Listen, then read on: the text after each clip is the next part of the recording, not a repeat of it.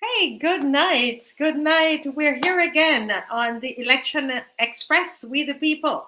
Yes, on the Election Express. And this is a time that we are, introducing many of the candidates from the third parties. And I'm so excited. Every night, when I'm finished the show, guys, I am just so inspired and I'm excited. You wait until you see the guests that we have tonight.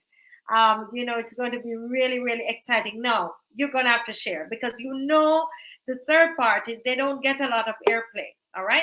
So we're going to ask you go to the Marcia Week show, from the Marcia Week show, and on Facebook, and share it. Share so that people will be able to help to spread this what is happening here. This is unprecedented, guys. And you see, I'm smiling from ear to ear because that's what's happening. I'm getting calls about last night. People are so inspired. So we're going to ask you to share. Now, I normally have one party at 7, and then at 8 o'clock I'll have another party. Well, so many of our candidates are out in the field, which is great. So I'm not sure if all will be on tonight, but I'm just going to play a couple of their videos tonight. We're going to share a little couple of their videos with you before we start, and before our guests come on. Just another 5 minutes, okay? So in the meantime, share. You gotta share. You gotta share. We gotta help. We're gonna help them. All right. Very, very important. So let's hear from a candidate from APP, from app. My fellow Barbadians, greetings and a Happy New Year to you. I'm Ferdinand Nichols, probably best known for my tenor voice and singing tree presentations at the People's Cathedral. Like so many, I have become deeply concerned about the future Barbados that my children and grandchildren will grow up in. A Barbados that is slipping quickly away from its citizens and falling into the hands of a global elitist group who care little, if at all, about the people of this country. Let me ask you these questions. Do you know that according to Statista.com, Barbados ranked third as one of the countries with the highest corruption perception in Latin America and the Caribbean? Are you aware that many of our traditional rights and privileges are under threat? Do you know of the hidden agenda of the New World Order to control our sovereignty? Does it concern you that many of our fundamental freedoms of faith and family are being threatened? I came to these elections believing that this is where God wanted me to place my efforts, in stamping out the many ills that have plagued our country and by extension affected our very way of life. Unfair tendering practices, significant conflicts of interest, the failure of successive governments to action integrity legislation, and of late, after 2 years of a country united in its fight against a global pandemic, to hear that we are not united in this matter. I am not convinced by the Prime Minister's explanation that we are trying to fight this pandemic as one nation when we have already been doing so for the past 2 years. This seems an empty reason for calling a general election in the midst of a growing threat of emerging variants, while suggesting that she is keeping our country safe. My commitment to you today is that should I be privileged to obtain your support, and should you consider me to be worthy to represent you in our Parliament, that I will hold every man's feet to the fire. No more corruption, no more politics, no more lack of accountability, no more lack of transparency. I commit to a vigorous and fearless representation of not only this constituency, but also this country we all love and call our home. I commit myself to working together with you to improve not only our country's status, but the status of every person in this constituency. I will expose the global elitist agenda for this country. If there are new variants, is it not a reckless act to call a general election in the midst of this pandemic? We no longer trust this administration to keep us safe. I offer myself to you to be your next representative for St. George North in this upcoming general election. May God bless you, and may God bless our great country, Barbados. Okay, so that was Reverend Dr. Ferdinand Nichols from the APP, and he is a candidate for St. George North. And you're going to hear a little later from another, independent candidate, and Melissa Tate from the third party. I shouldn't say independent because she's part of a coalition. So you're going to hear, and I'm so excited about that. And this show, we are not focusing on any one of these third parties, but we're doing this together, right? Everybody gets a chance, and we come on and we talk about what we do. So that was Reverend Dr. Ferdinand Nichols representing St. George North. And now I'm going to share another one from APP, since they would not be able to come on tonight. And let me just welcome everybody who is on. I'm seeing Wayne Hoyt is on. Wayne, I hope you have questions ready. We have some interesting people on tonight. There's Melissa Tate from the Barbados Sovereignty Party, and Michael Thompson, who is also a reverend from the Barbados Sovereignty Party, and the coalition as well. Okay, so it's quite exciting. But let's hear from Lynette Eastman, and she is from APP. Good morning to my friends, family, and fellow constituents in St. Philip West. This is a very critical election. Since this seat was created, it has gone between the Barbados Labour Party and the Democratic Labour Party. And I know that you're not satisfied with the work that has been done to transform your communities within this constituency. When I was given the opportunity to work with you and to get things done in the constituency, I know that you are aware of the several projects that I invested in and that you invested with me. Now, at this time, this is not a time for voting party, really. This is the time for choosing candidates who you believe will really work for you. Now, what are the things that you're concerned about? You've told me that you're concerned about jobs. In order to get more jobs, we need new industries. You will remember that Errol Barrow brought light manufacturing. Tom Adams brought international business. We need new industries, and the cultural, creative, and technology industries will bring jobs at every single level that you can think of. You will benefit from this. I also know that you're concerned about high food prices. We will work to bring those prices down. And with a better economy, it will give you more money in your pocket to buy food. But at the same time, I do want us to be healthier. I want you to think about planting some things around your house, whether it's in plant pots or if you can fork up a little bed somewhere. That actually cuts your food bill down significantly. The other things that I know you're concerned about are things like youth engagement. How do we engage the youth so that they transition into successful adults? I believe that we need a program for that, and I think it has to be very specific, and I think it should also be in the schools. Somehow we think that young people will just transition. We take for granted all of the mentoring that was done for us as older people. We need to put programs in place for them. Too many are falling by the wayside. Yes, some are successful, but we need a higher percentage. These are some of the things that you've already spoken to me about, and we will continue our discussions. And I promise, if you give me the opportunity to represent you, I will continue this work and work hard in the constituency for you.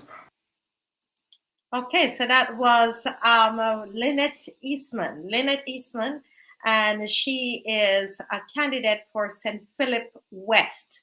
St. Philip West, and part of the third party app, and where PDP and UPP, they have joined together and have created an alliance. And we're also seeing a coalition that is happening with Solutions Barbados, Barbados Sovereignty Party, and the other one is, and this is Reverend Scanterbury, and I'm going to tell you that name of that party before the night is up. I just totally slipped my mind, but the point is that we're seeing this coming together. unity, even though our prime minister said that we're so divided, but we're seeing unity. We're seeing unity is happening. And I said earlier that Melissa Tate was from the Barbados Sovereignty Party, but I am so incorrect. Melissa Tate is an independent running under Solutions Barbados, and they have formed a coalition with the Barbados Sovereignty Party. Okay, so let's just make sure that we get it right. All right. So guys, please share. Damien, welcome. Roderick, good to see you, Roderick. Mr. Jones, please share. Please share. Jacqueline Aline, good evening, ma'am. Please share. Please say hello. No, say hello, so I know who is there. Where are you watching from? Where are you watching from? Yes. Okay, good. Remember to have your questions. So this is a good time to ask the questions. Ask these candidates questions, all right? So have some questions ready. Just one more video, just a minute long, and then we are going to go right into our discussion, all right? So just one more, and I'm doing this because some of these persons who were supposed to be on from APP, they are out in the field, they're in their constituency and not able to be on tonight, okay? Well, not at the moment, I'm still waiting, but just in case. So here is the APP jingle, all right?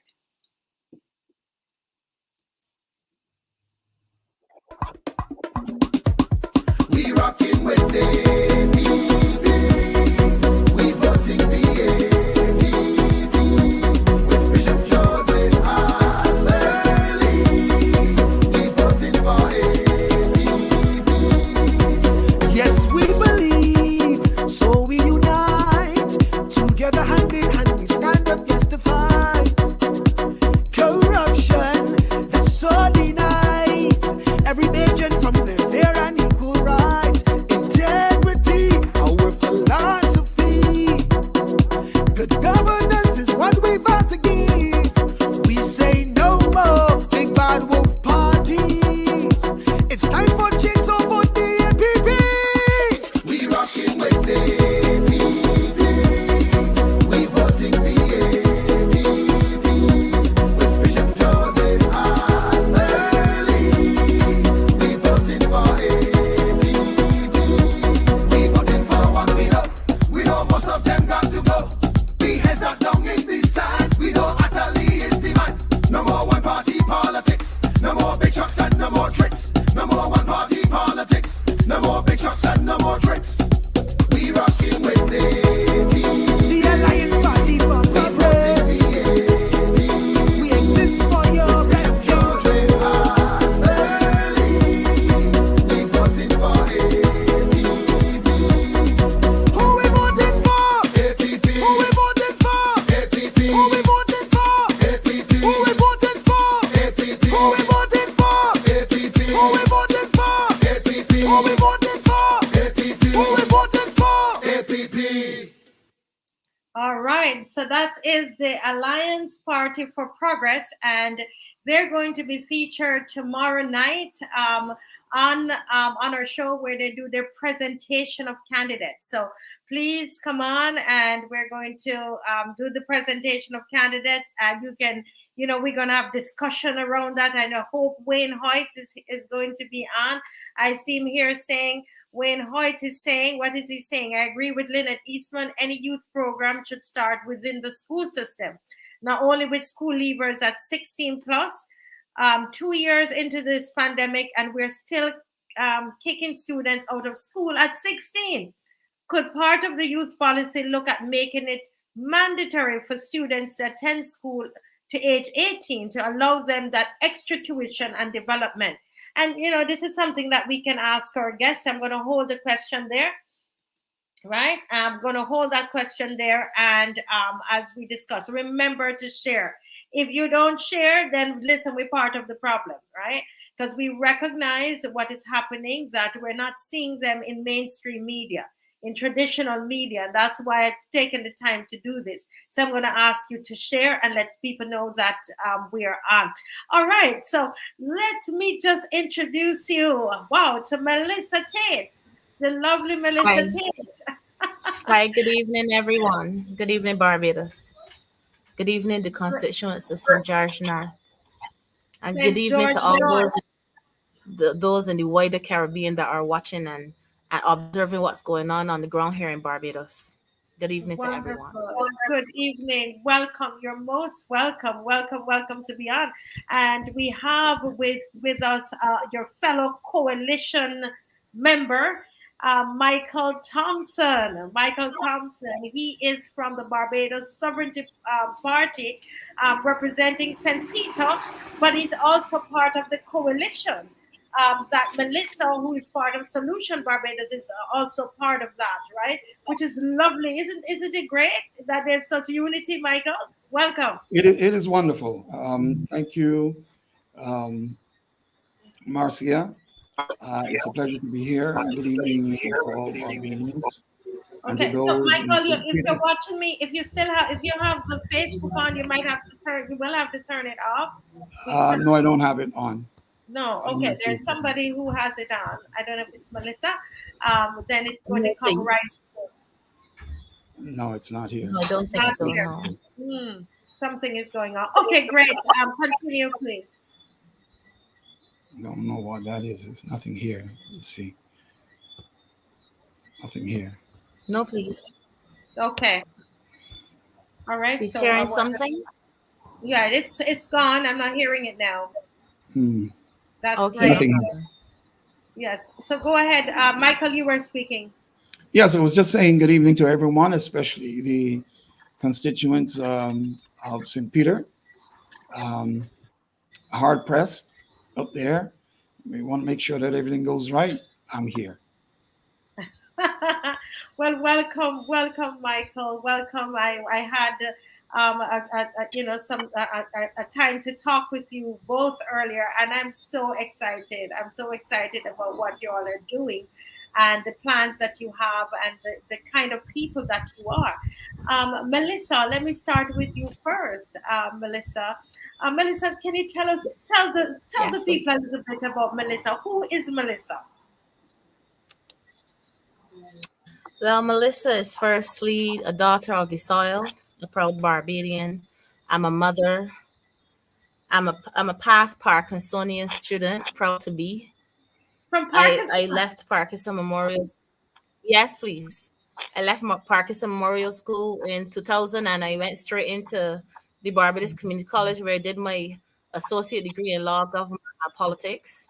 And then I left there and I filed straight into the University of West Indies, where I did my bachelor's degree in philosophy with political science. All the while I was doing that, I was working alongside my mom in the Bridgetown Fisheries Complex because I used to do it on and off vacation. So when I officially graduated out of university, I applied many places, but I was often told my degree is too broad. But my reason for doing philosophy with political science because my passion was always politics. And my Ah, concern was that when you're in politics, you tend to get confused where you morally stand. Wrong seems right and right seems wrong. So I married it to philosophy. And when I mm, realized that I couldn't find anything afterwards, I returned back to the job that provided me with my education, which is fisheries.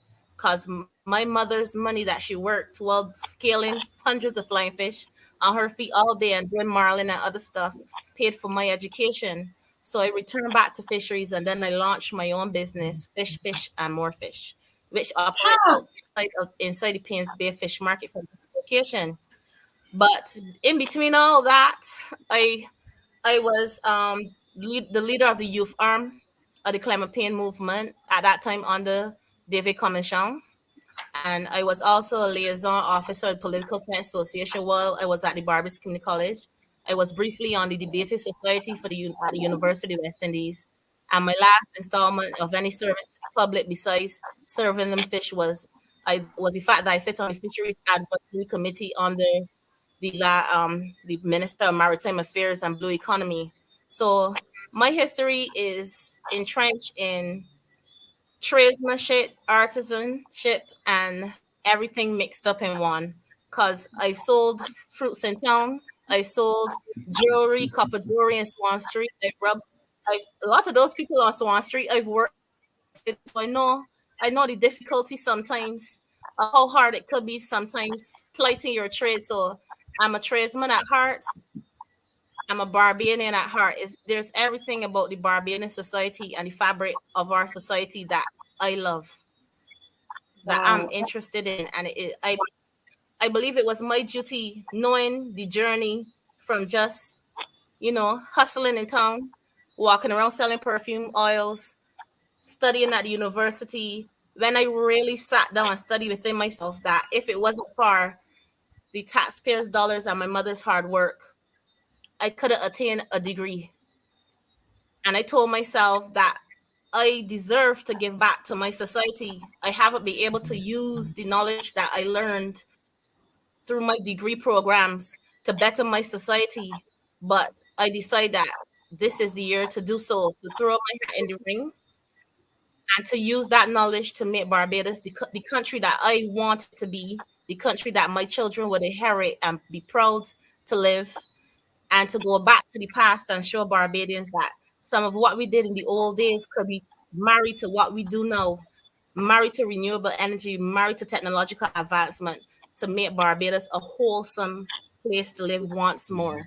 Because there is a tear in our fabric of society that people are not recognizing. And that tear is gaping bigger and bigger. It's affecting our life on every level. And people are no longer comfortable, not even to express how they really feel about certain things. So I decided to throw my hat in the ring and see what happens. But for sure, I have many ideas and I'm willing to share with everyone. I'm willing to even listen to their ideas as well because we are all one people and we cannot do it unless we do it together. That's my perspective on this whole issue. Wow, I am honestly, I'm totally blown away. So, listen, aren't you all proud of you of her, guys? Aren't you all proud of this woman? She, is a past student of Parkinson School, and as someone who I've been in Barbados over 20 something years, and one of the things that they love to, the good school and the bad school, and here it is, this woman, with she went to BCC and she did her associate degree in law and government, right, straight from Parkinson to BCC, and then she went to University of the West Indies and did her bachelor's degree in philosophy and political science. you know, I mean, this is really awesome. And then, this lady's she's no an entrepreneur, and she has her own fish business, and I mean, and just being a hustler. She makes it happen. And these are the kinds of people that we need in our communities. Michael, I mean, you're listening to Melissa. What's going through I your I am smiling. I'm loving it. I'm loving it. It's good to see good, powerful women coming from the grassroots level up. I went to school, Melissa, also at Parkinson for a bit before Wow. moving to the modern high school. I completed my course at modern high school, and then I left for Canada with the group called the Troubadours. And while in Canada, I studied with the Harris Institute for the Arts there to become a recording arts manager, which would have, some people would have seen it, would have taken a young lady from here in Barbados, Betty Payne. We branded her with the name Keturah and took her out to China. She recorded in Denmark. We were just touring around with her. But in the years that I was in Canada, I also worked on the streets. And when I say on the streets, I worked with the Roots Cultural Foundation. And that was to take a lot of people off the streets, some of the homeless, some of the children that had run away from home, send them back and actually repatriate them with their families. I also worked with Help Make Poverty History, which saw 90 million children across the earth get some assistance with getting food, getting a proper meal a day, and getting what they needed to do. In fact, um, during the years of Hamilton Lashley, I was able to meet with him and discuss what was happening with that Help Make Poverty History. And I was able to go away, come down, meet him, and go back to Canada and bring down the mandate to help push the the um, the area that he was in. Mhm. And I believe that he had social transformation at that time when I brought Yes, those I documents down for remember. him. I Mhm. also was a part of of our um, of our great force here for Pan Africanism, Mhm. and I brought down from Canada. I believe I'd given that to Ike Tafari at the time because the now ambassador David Commichon was away and Ike Tafari was there. I brought down from Canada the route of how we can collect $3.5 trillion in reparations. I don't know where that document disappeared to. So we're going to be talking about a situation where we shouldn't be in the hands of no IMF or nobody. We shouldn't be borrowing from no one because the reparations for people who are Igbo, 94% of the people here are Igbo. You're Igbo. They're Hebrew. Now, if I say, what's up, Bo? What's up, Bozy Bo? If I said to you, we wanna going. If I say to you, well, yeah, going. I'm speaking Hebrew. Everyone says broken English. Is Bejan broken English? No. You people are speaking Hebrew. It's broken. It's inbuilt into what you are. The problem is if the people don't know who they are, how could we know where we're going? So all of the issues that we're seeing today is based on the fact that the slave trade ended for the Americas Mhm. in the 19th of August, 2019. By October 5th, 2019, people were talking about Wuhan, China, SARS, COVID 19.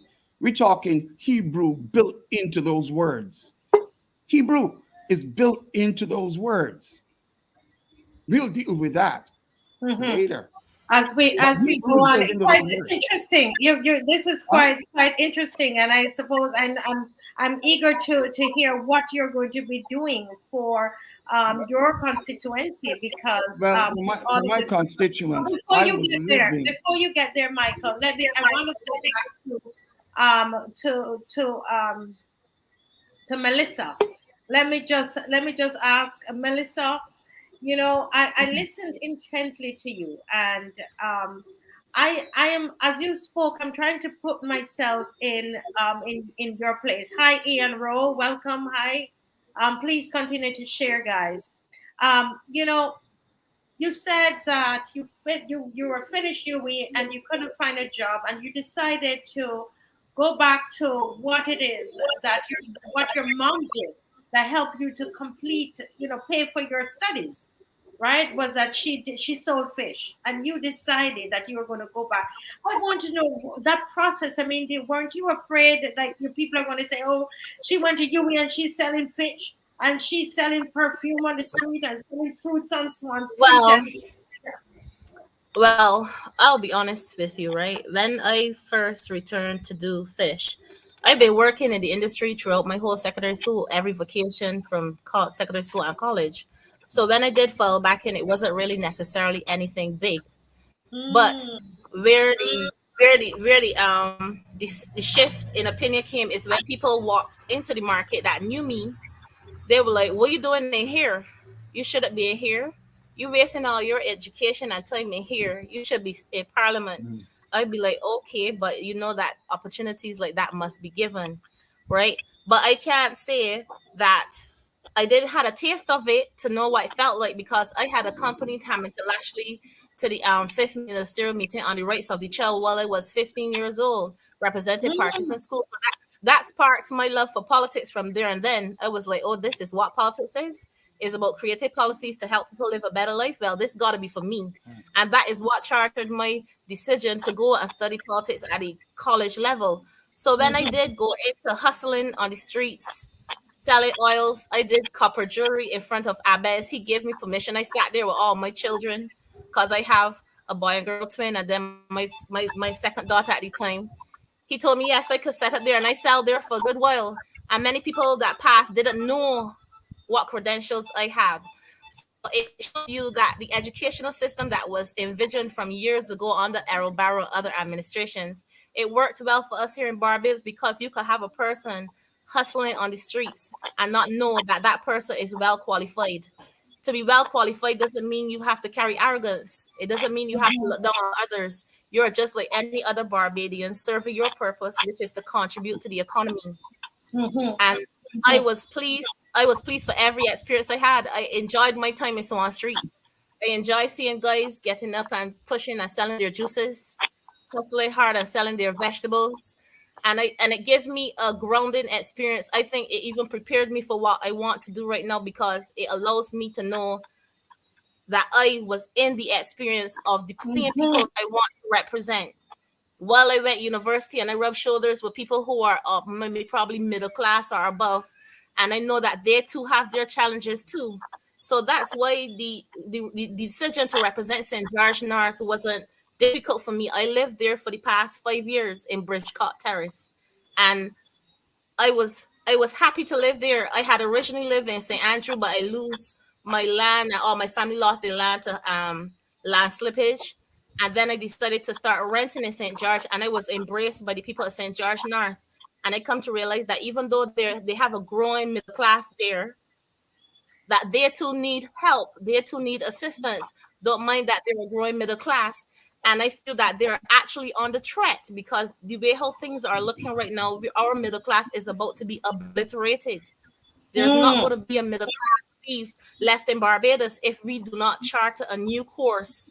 We do not chart a new course together and make a decision to make a decisive choice, not one that is filled with fanfare and fancy t-shirts and fancy placards because that is distraction. The decisions we have to make now when we examine people's manifestos, we have to compare them to the manifestos that came before and see if they actually did what they say they're going to do. A manifesto is a promise, and they say a promise is a comfort to a fool. There isn't anything binding about a manifesto. And if persons are going to tell you something in a manifesto and then years go by and they don't materialize, and then you have to trust them the next time and they come and they play music and they dress up and they have a whole crew and an armada to distract you from what your task is at hand. You need to stay focused, and I'm urging Barbadians to stay focused. We are not to be in the era where we allow optics and illusions to get to us, where we have such an important decision to make, which is the future of ourselves, our children, and our grandchildren. So they're to take the task to hand and read each manifesto, listen to each candidate, and make that choice not because someone offers them something which is a short term fix. They want to look for the long term fix. And I believe the ideas I have, not only for St. George North, but for the whole entire country of Barbados, could propel us into the future where Barbadians could then say, yes, we did it and we did it right. Because now we don't have to worry about what our future is going to look like. Because I believe Barbadians right now are in the season of worrying. That is the season we're in. We are scared. And that is not where we should be in 2022. We should not be there. Mm. Wow. This is, oh my God, this woman, Melissa, oh my gosh, guys, and someone would have come in the fish market and they see you sitting there, Melissa, and they would not know you have so much inside of you. And that's why they say you can't judge a book by its cover, right, Michael? You You, got oh that my right. goodness. Oh my goodness. So people have some questions for you coming up, Melissa. But let me go to Michael. I am totally blown away, honestly. I am. That's the truth because I heard about you from a show I did before, and I said I want to meet you. Because this is the kind of thing Oh, that that is okay. important. Here you went to university and you're no you have a business. You're an entrepreneur in the truest sense of the word. You're not a manager. You're an entrepreneur in the true. You go and you're making jewelry and you're selling. you're selling fish, even though you graduated with a philosophy degree and political science degree. This is amazing. Now, Michael, I want you to talk to me about St. Peter. Well, describe St. Peter for me. Well, I lived in Boscobel. I have family there. Most of the family is there. Um, some are also in Lemonade and St. John. But what would have happened between the issues for me while living there is that I've seen a lot of people struggling to get home. I've seen people standing or sitting sometimes in Cheapside or in Spikestown with no way of getting home. And when they did get an opportunity to get home, it's 2, 3 hours later. I mean, and that's talking from a bus system that I went on myself. Um, the other issue is water. If you think St. Joseph have it bad, I've seen water coming into homes sometimes once every 3, 4 months, and when it does come in, it's brown. I took water myself even into the BWA, and I said, "Look, would you drink this? Would you drink Mhm. this?" I tried calling the representatives, not only for there, but also for St. Lucie, because that's where my wife is from. And there was the same problem out there as well. So calling these representatives and no one is answering, no one is calling back. When we then tried with our summer and spring camps, and we decided, look, let's call these representatives again because these children, they need to be off the street. They need to be off the street so the parents are at work. And I saw that in Boscobel. We couldn't even get assistance in getting the community center. We had to turn around and pull our own pockets in order to get not the community center, but the sports complex to bring the children into in order to get some children off. And then we had to look at how we're going to get some of those children home. We got some assistance from the van drivers to do things. We were able to go over to places like St. Nicholas Abbey and ask them to also assist us with items for these young children, right? Um, it was just a mess. As Melissa said, we are losing our middle class. They're just dropping. They're dropping. A lot of people have lost their homes. A lot of people are losing their homes. A lot of people have lost their jobs. A lot of people have lost their businesses. And why? Yes. 2 years. 2 years of what and for whom? For whom?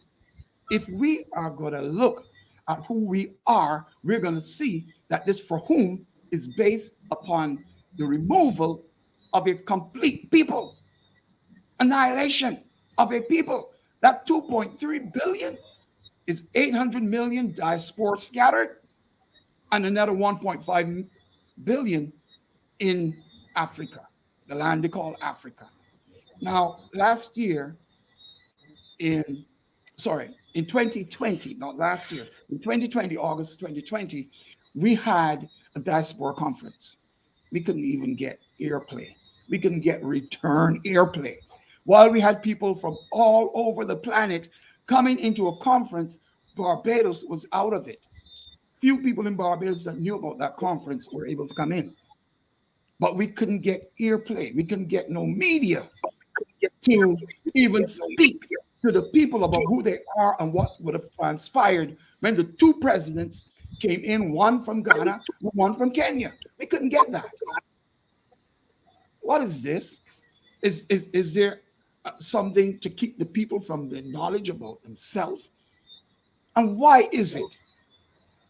If we are supposed to wake up and help all the other nations throughout the planet, then we got to wake up. Our leadership have to be a leadership to wake up the people. We can't be sleeping with our eyes open and listening with our ears, but deaf. Mhm. Something is wrong. So, Michael, are you, I listened intently as you spoke about St. Peter, and you talked about the water, the brown water that's coming out the tap. and just how difficult it is for a lot of people in St. Peter in this day and age. I This is mean, 2021, Marcia. yes, when I tell people, the funny thing about it, Michael, is that when I tell people in Jamaica, when my mom comes here and I tell her, you know what, there are some people here who get brown water out of their tap. She can't believe it because the impression that is given to the rest of the world about Barbados. No, no, these things don't happen here. because Go ahead. it's optics and illusion. We are engaging with people who believe in the politics of optics and illusion. We do not want to be optics and illusion. We want to be what is real. We want when you come to Barbados and you see how we live, you're impressed by how we're living, not that you're shocked to see what's going on here in 2022.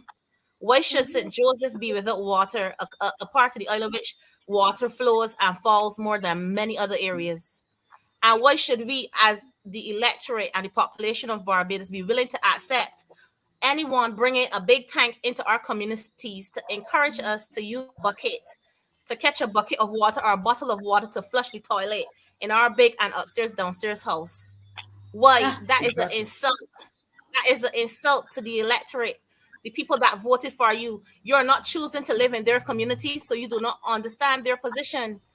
But it diminishes a person's value to tell them in 2022, where there's so many technological advancements, that they must go and run to meet a truck with buckets and bottles.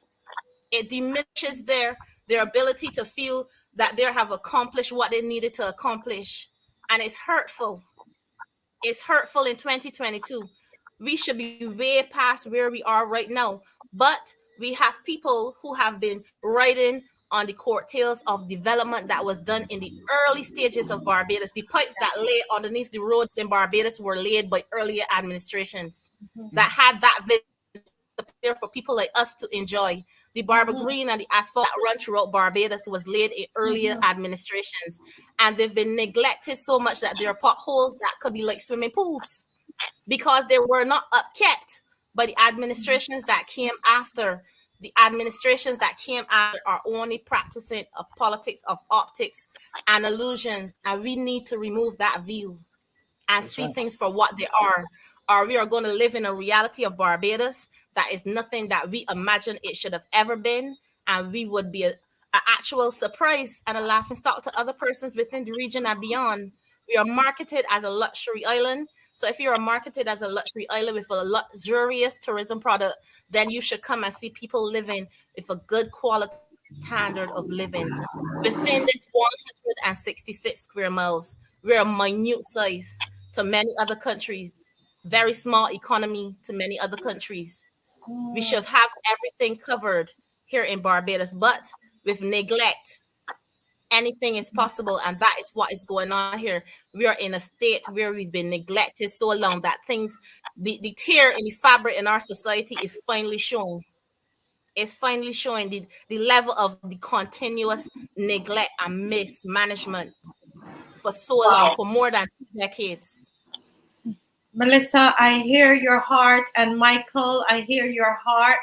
And no wonder you decided that you're going to be a candidate. Melissa, you said you were working with the previous Minister of Maritime Affairs.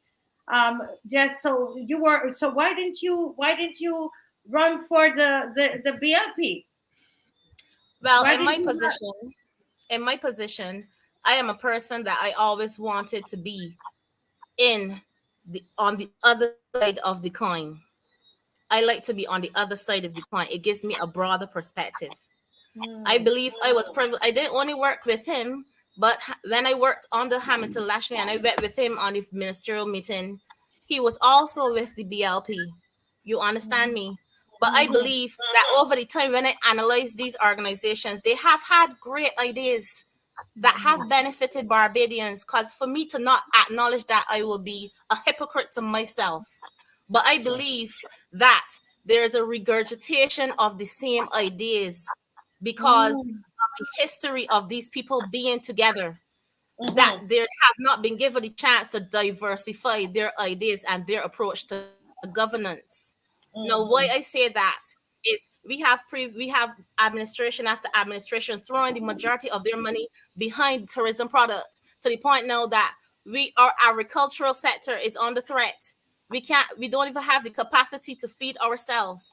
It is not the ideas that are placed there, but it's how the money that is received is funneled and what directions they're funneled into. For example, Barbados is what we will call the Timbuktu of the Caribbean. It was known to be the place where people, not only Barbadians, become certified, but people will fly from smaller islands to Barbados to be certified. And over the years, nobody never think to diversify our economy with the understanding of creating something called educational tourism, where we build many and erect many institutions, technical, vocational, and otherwise, and academic, that persons from other islands will fly in and spend time here to be certified beyond what we have now, which is the University of West Indies. We could have diversified in that area. We could have diversified in medical tourism, where persons who already come from smaller islands to Barbados, other islands, to get certain medical procedures, we could have invested in those things and used up places like the St. Joseph Hospital and other district hospitals, which are derelict, to farm facilities for specific forms of medical tourism. And then we had entertainment. Look at Mr. Thompson being in the troubadours. And then we have Rihanna showing us that entertainment can be another source of foreign exchange. But we have parties who are regurgitating the same idea of throwing all our resources behind the tourism product. And the pandemic has come to teach us that we cannot do that. The pandemic came and it was unforeseen. And any administration would have difficulty handling it because the last pandemic was over a century ago. So I still give kudos to our administration and the way they handle it because they did not have a blueprint to follow. So I give kudos to them. But I believe that if our society didn't have a tear in the fabric of it already because of mismanagement and continual neglect, that we would have met the pandemic in a better position than we did when the pandemic hit us. The pandemic just compounded our issues and showed up what our shortcomings was even more than anything. But what existed before the pandemic was always there. The fabric was already tearing. And the pandemic comes to say, wake up, Barbados. Wake up, you're not ready. And that is what happened to us in 2020. So the diversification of our economy was not looked at in great detail by either administration, whether they wore yellow or they wore red. They were Correct. not acknowledged. So if we're supposed to step into a new era for Barbados because we've become a republic, we have to think about how we're going to diversify our economy and move away from just dependency on a tourism product. We have to go back to finding out how we're going to enhance our food security and how we're going to approach these things while marrying it to technological advancement. Because we have a whole ocean surrounding us and we still don't have a desalination plant on the East Coast or any other coast where we could pump in that water, take away the salt, and pump it into the pipelines for people in Boscobel, like Mr. Thompson said, and St. Joseph and other places, for them to bathe and flush their toilets with, even if they choose to drink the water that comes from the limestone system that we already have exists. So what are we doing as a society to allow administrations to keep rolling over and regurgitating the same ideas? That Wow. is why that's why we are here where we are, as Mr. Thompson said, where people have brown water coming through their pipes.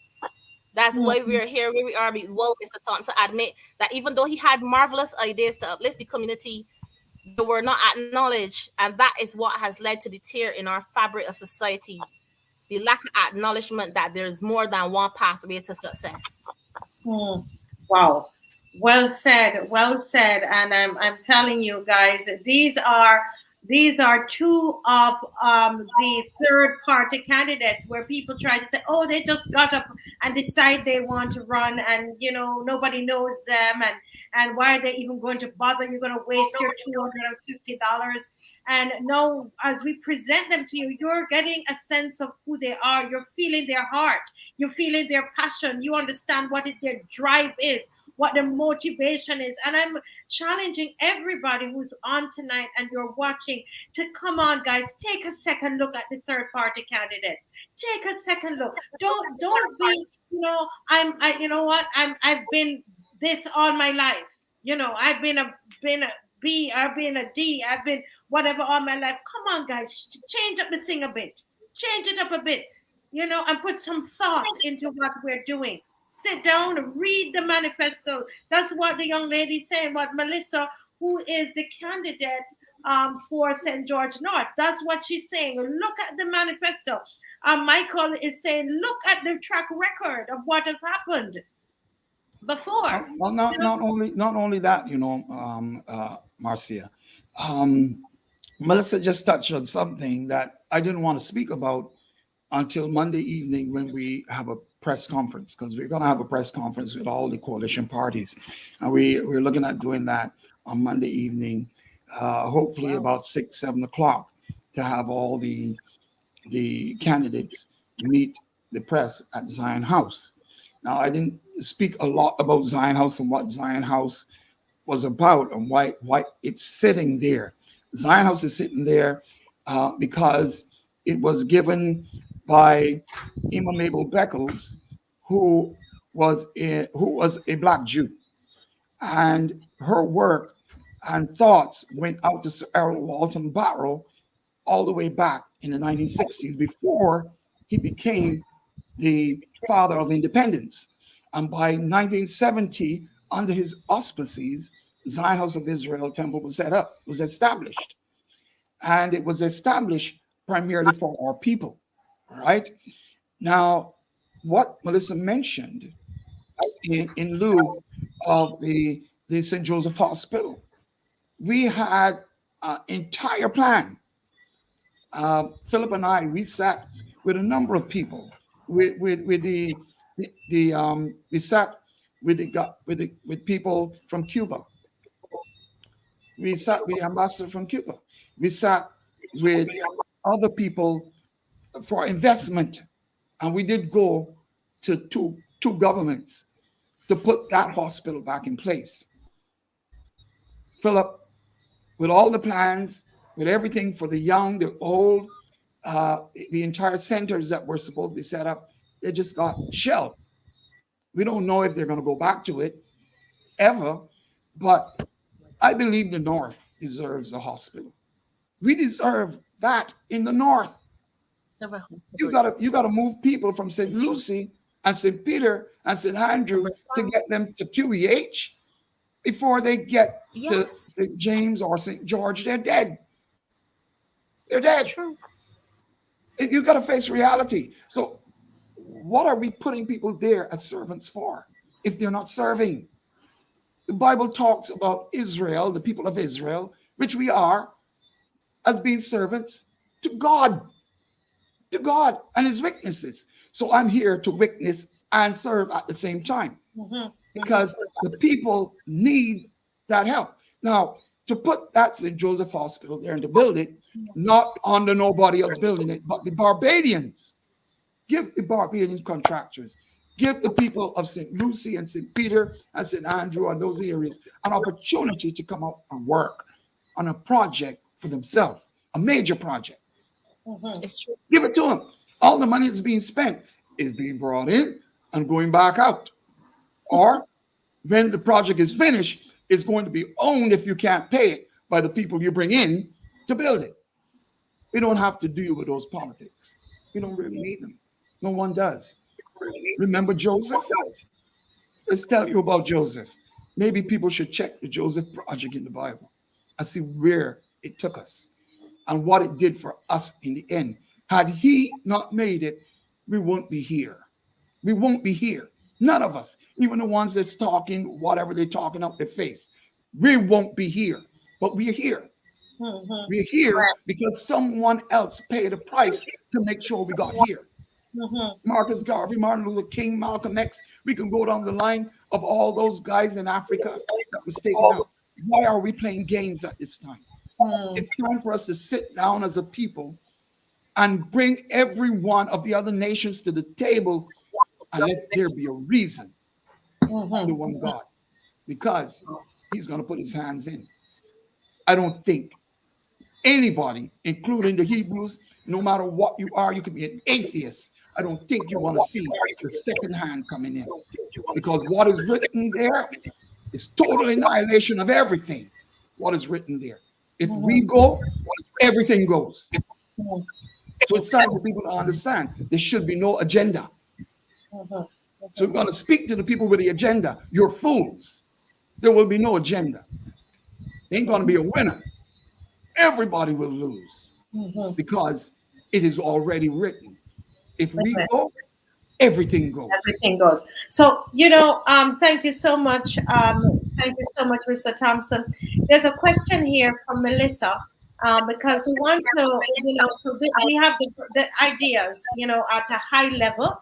So we want to bring it down now to St. George North. And he has SD here, but it should be SGN. He wants to say, all right. And we want to hear some from Mr. Thompson to the how are you going to do these things and what exactly? Give us specific things. So, Melissa, what methods are you using to get your message to the residents of SGN and the rest of Barbados? Because we don't know about you. You're speaking, and we're like, where is this girl? I'm calling her girl. Where is this woman? Well, I'll go first. I'm young. I'm 37. Yes. Yeah. Melissa, go ahead first because the audience is asking questions, and I want to. What is going to happen? And they're asking Melissa. So, Melissa, you go ahead. Dear. Melissa first. Yes, go. I see a question up. Okay. Yes. I had drawn up my manifesto and my ideas, and I had handed over to someone to just make sure that it is done in a most professional manner. But I'm to hit the ground running from Monday coming. I have intentions of 3 spot meetings, and if given the go ahead by the Barbados Police Force, the Royal Barbados Police Force, for the locations that I hope to go into, then they will for sure see me. So I could say that I didn't want to come unprepared. I know that those that are in the race alongside me are what I would say they have an armada of backup, but I wanted to come, and when I come correct. So the fact that they have not heard me does not mean I don't want to be heard. And for anyone who's interested in placing me in any position where I can address the public, I will take every opportunity and what's not. But they will see me. I'm going to work my way from Lemma Arbor at the edge right down to Lower Estate. I'm going to touch every community and try to meet everyone to interface. Those from Bridgecourt know me from seeing me. Newberry might know me from seeing me. Bridge might know me from seeing me traversing the community because my children go to St. George Primary and St. George Secondary. But they need to know the Melissa that I am in this context. And I am hoping to give them that opportunity, hitting the ground running from Monday. So like I say, for anyone who wants to reach me at this moment, my number is 832-2102. I'm available, or my email address is melissatate.stgeorgenorth@gmail.com. But yes, I am eager to meet you. I am eager to share my ideas with you.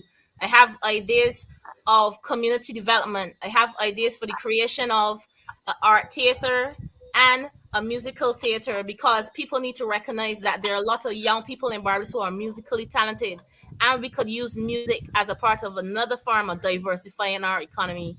I have ideas for the establishment of what we call an organization of single parents, where this constituents of St. George North, and it can be applied to the whole island, will be able to pool our resources that whenever the school year begins, we don't have to worry about how our children go back into school, whether they're in nursery or they're going into tertiary, polytechnic, community college, university.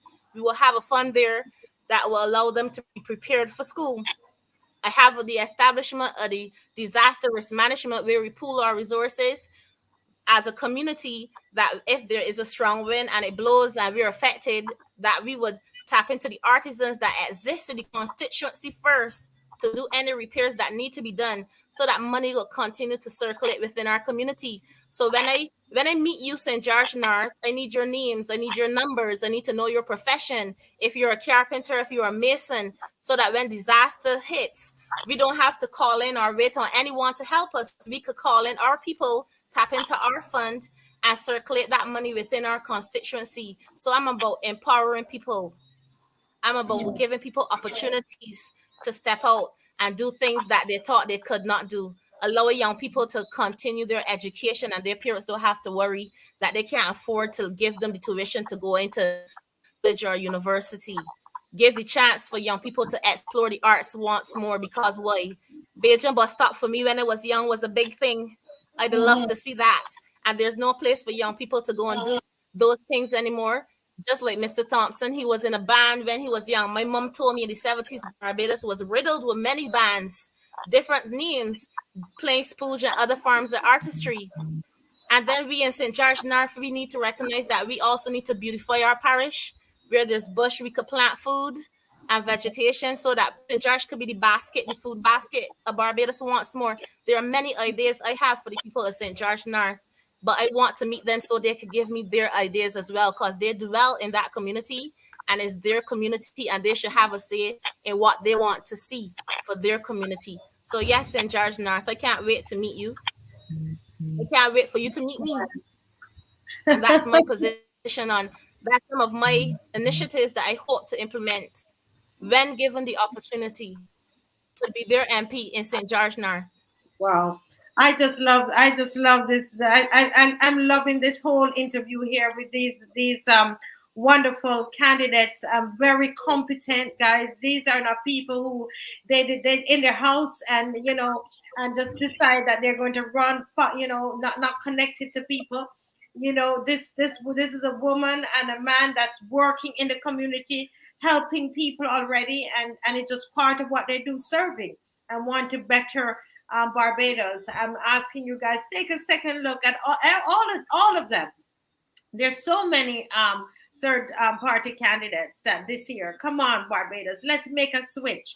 Let's make the switch. Yeah, yeah. Angela Gibbs is saying she's loving it. Me too. I'm like full of smiles, my cheek hurting because I'm like, this is like amazing, so refreshing, Michael.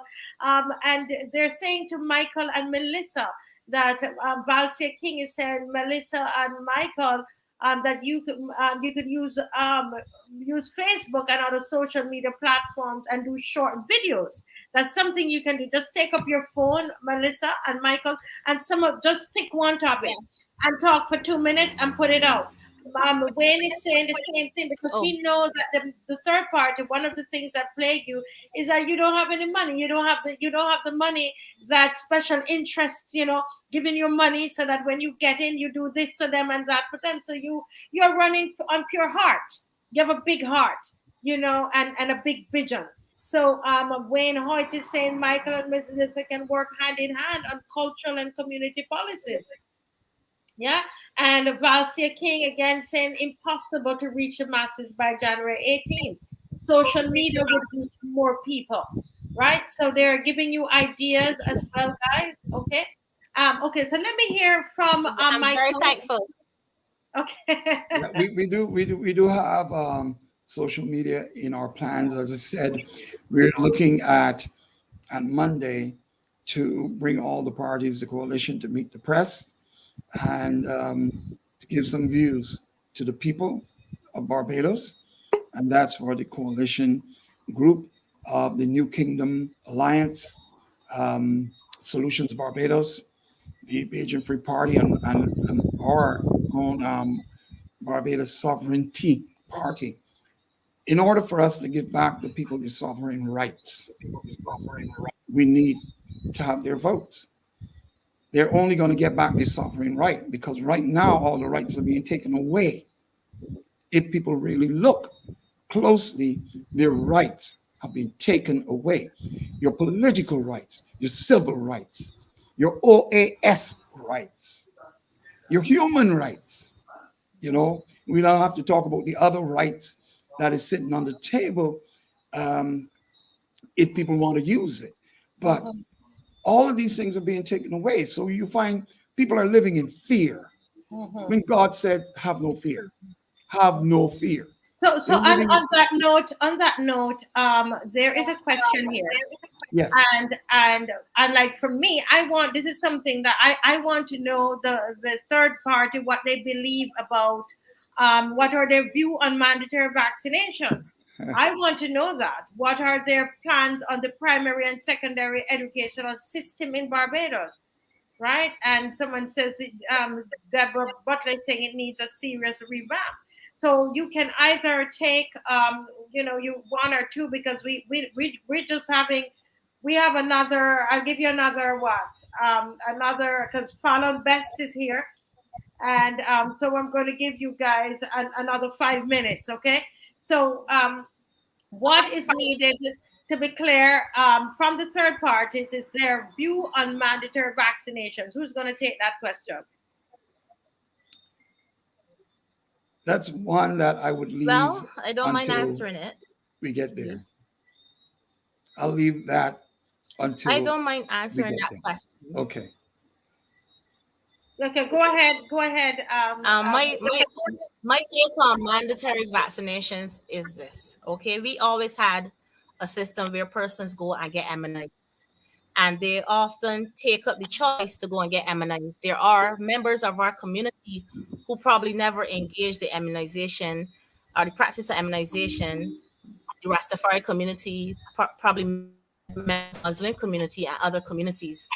The choice to make a decision of what you do with your body is very important. We are now in the advanced, we could say a fairly advanced stage of the pandemic, and we understand the virus that we are dealing with. We understand the impacts of those persons who might have caught the virus and then were able to develop natural immunity. So I'm saying you have the autonomy, the right to control your body. And if you make your decision to go and be vaccinated, you should not be discriminated against. If you make the decision not to be vaccinated, you should not be discriminated against. They said that we should follow the science. We follow the science of sanitizing and cleaning our working areas and our quarters and everything of the sort. So pitting persons against each other or trying to about something that is so personal needs to be removed. There's no division in our society. We do It not pit should be more. persons. No, there should not be a division in our society. There are persons who believe, oh, well, if you choose not to be vaccinated, you shouldn't be given health care. But there are persons in Barbados who are suffering from diabetes and hypertension, and they still eat their pudding sauce on Saturday, and they still eat their sweet biscuits, and our healthcare system does not discriminate if they have to come to the Barbados Queen Elizabeth Hospital to have surgery with any repercussions from the lifestyle that they chose to live, because we respect those decisions.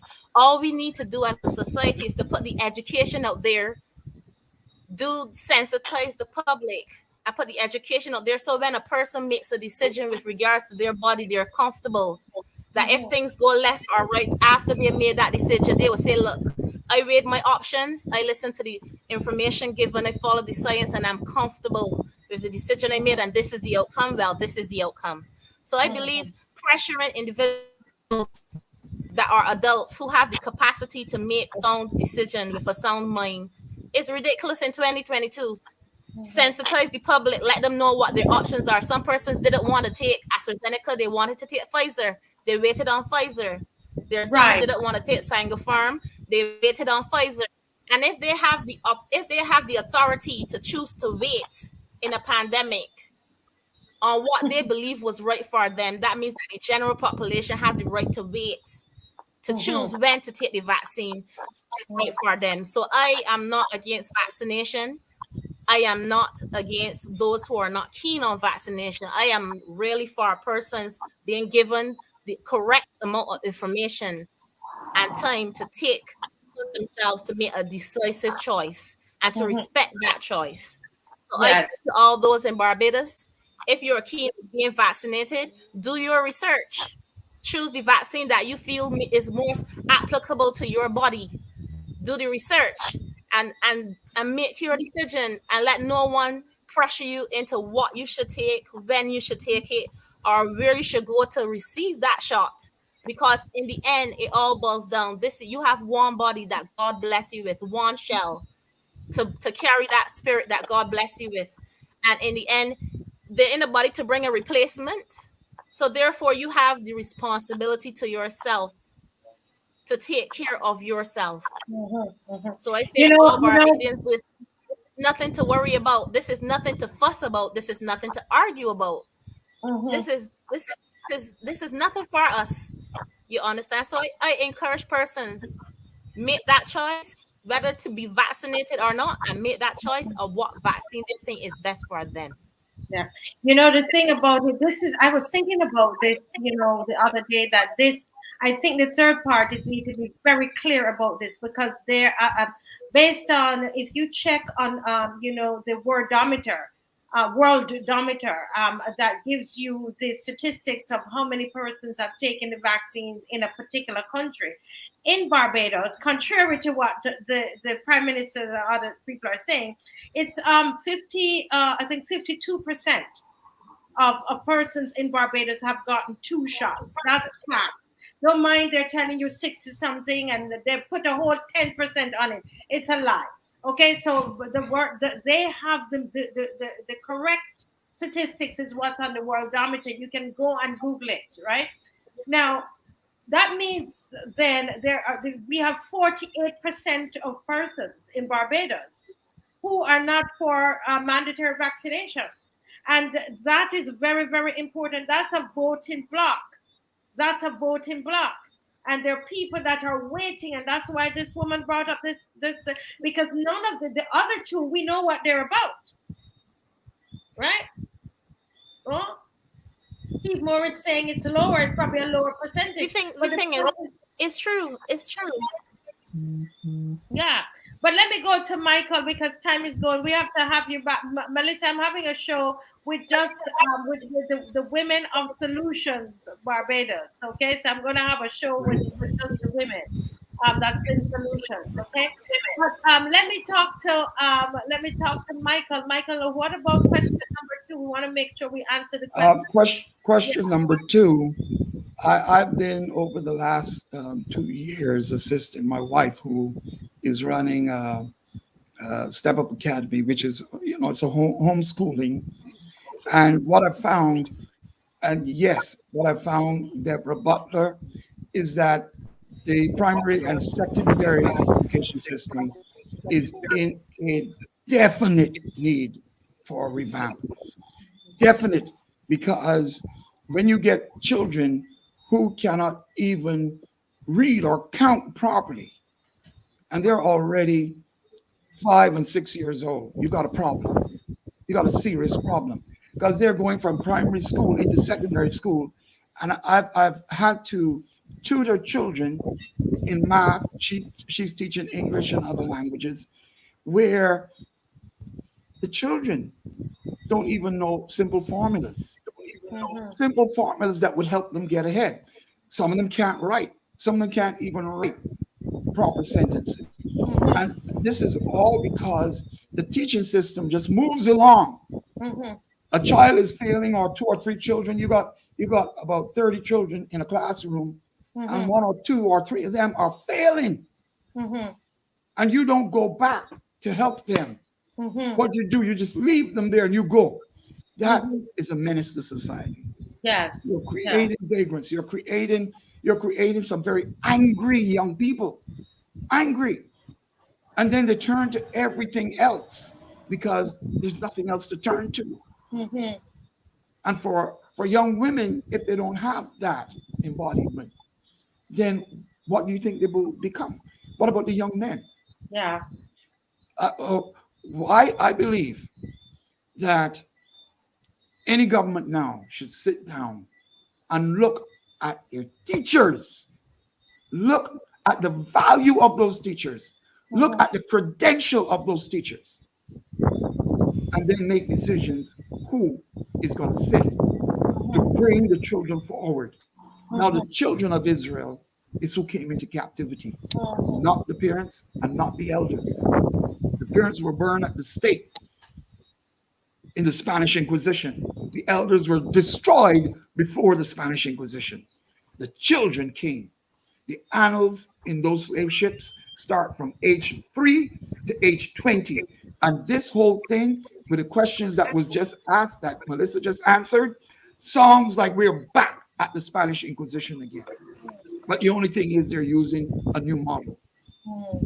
We have to get up. We, as the children of God, got to get up and deal with it. Right. Well, Yeah, you know, don't guys, stand I that. mean, we could If go I on, and we have to get if you I all could back say, on. Go ahead, Melissa, your final word, and then we have to but close because I want to if bring I on could say, Fallon. yes, if I could say something on education, I believe education in Barbados is like a collective thing. You know, you have to go up collectively. You have to do everything collectively. There are children in Barbados who are dyslexic.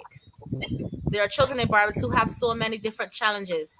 And one thing that I admired about the St. George Secondary School is that when my children went there, they give them a test to test a test given a diagnostic test to find out if they are suffering from dyslexia, so they will know what programs to put them in. I think Mm-hmm. that the schools in Barbados need to focus now on diversifying the way how they approach their teaching, that traditional form of teaching, which expects everybody collectively to pick up and move at one time, is not realistic. There are children who have challenges that would cause them not to be able to learn the usual way, but they'll be able to adapt if the teaching style was taken from a different way. Then we need to have specialized schools where we got a school of artistry and arts and music and for entertainment for those children who are interested in those things. Children who Mm-hmm. are interested in artism, not only wait to when they reach to the polytechnic and make them subjects that are not necessarily going to be used throughout their life, like they're doing subjects like social studies is important, geography is important, but there'll be like minor parts of the major teaching program if they're interested in doing things with their hand, electrical installation, if they're interested in doing rabbitry, farming, whatever they're interested in. If they have specialized secondary schools for these things instead of teaching this collective way of teaching, then we will know that young people won't be so frustrated. It's hard to be forced to learn something you're not interested in, that you do not consider that you could make a livelihood out of it. When you are in your youth, you could be trained from young to do what you like to do. There should be a school where children learn culinary arts from the time they hit 11 years old. Why do they have to wait till they're 18 or 16 or 17 years old and go through a whole lifetime of learning subjects that they were not keen on actually addressing and learning? So the diversification of our educational system is a must. And the 11 plus is just an unnecessary pressure on our little ones. Some of them go through such a hard time. They should be transitioning just into the school, finding out what they want to be, showing them different options from the primary school stage, and let them transition straight into the secondary school, which teaches them what they're really interested in becoming. There should be a school of aviation for children in Barbados from a very young age. There are Barbadians who are interested in renewable energy, and they're only 10 and 11. There are nothing in our educational system to address training these individuals. So, like Mr. Thompson said, we can't let them slip through the cracks. We can't. So Right. that's Wow. that's my final offer. I had to say it Listen, because guys, our take young this people are advice. frustrated more than anything else. They're frustrated with the system that currently exists because it doesn't address them. Correct, correct. And my husband shares the same views as you, really. He's been saying that for years. And, you know, so this has been awesome. Michael Thompson, it's a pleasure meeting you. And Thank hope you. we can have you back. Melissa, for sure. I've already spoken to Grenville, you know, about having, now I know your Solution Barbados. I thought you were BSP, but although it's the same coalition, um, but I wanted to feature, you know, some of the women and and in the third parties, and I'm so thrilled that you came on tonight. And I'm going to ask everybody that's on, please share. Don't just, I know sometimes you get caught up in them and you don't share, but we want to help, and that's why I'm doing the show. You know, I'm coming on every evening because I want to help. I want people to come on, take a second look at them again, look at them. You know, that's what I want to happen. So thank you, Melissa, and thank you, Michael. It's been a pleasure, real It pleasure. was a Thank pleasure. you. Pleasure's mine as well. Yes, Thank you. God bless you. All right. Hi, Fallon. Hello, good night to the panel. All right, God bless. I think I Good was night. getting some. I think I was getting some problems with the volume there. but I've been listening carefully, and a lot has been said about vaccines and education. But let And me work a bit, Fallon. I Someone think was coming to let me realistically, just people cannot look to can the you hear me? state. You know, we are Barbados is a developing country. We cannot pretend that this is Luxembourg or Sweden. And my views have evolved. We're the most advanced kids for the age that I've ever seen in Barbados. Okay, one We're second, homeschool Fallon. Can kids you who are hear me? about 2 years Fallon, ahead Fallon of West, their can you hear me? children, of their Fallon, I'm year. not hearing you. Fallon, can you hear me? I can hear you. I can hear you. Can you hear Are you hearing me? Marcia? Can I you think hear me? Marcia. I'm not hearing Marcia. I'm getting some problem where I'm not hearing the host, Okay, can you hear me now, Fallon? but I can hear Melissa, and I can hear Michael. Oh, Actually, Marcia's feed is not even open on my screen. It is whoa. for some reason is that window is blocked out. Ah, okay, Okay, okay, but fine. are you hearing me? Okay, so Testing. Can you hear me? Michael, ask Yeah. him to introduce himself Yes. and to tell Yeah, us. Fallon, Yes. what Marcia would like you to do is introduce yourself. My name is Fallon Bess. Introduce your party as well, and Yes. something about yourself. Everything about Yes. yourself. Okay. My name is Fallon Bess. I'm a member of Solutions Barbados, and while I'm running as an independent, I fully endorse Solutions Barbados policies. I previously ran with them, and we have an arrangement where they're authorized to speak with me because we're in complete agreement policy-wise. And the reason I've run as an independent is because Barbados once had many independent candidates, and I think we've come to a stage in the political environment where the party status has taken over the policy, whereby, and it's very important that we get to the meat of what candidates stand for. The electorate, the Electoral and Boundaries Commission does not recognize a party, and the party systems to some extent has hijacked the way a democracy and this system is supposed to work.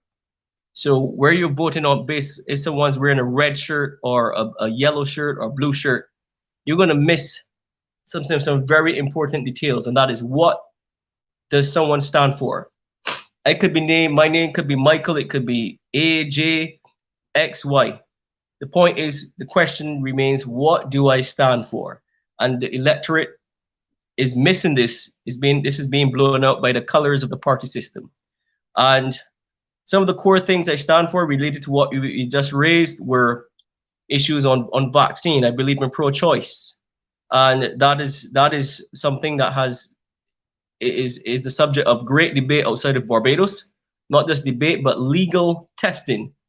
The Supreme Court and the states that the United States is basically split down the middle with about 19 of the 52 states implementing what I call the Texas model, where those states are fining businesses which attempt to prejudice employees or terminate employees based on their vaccination status, which should be private medical information.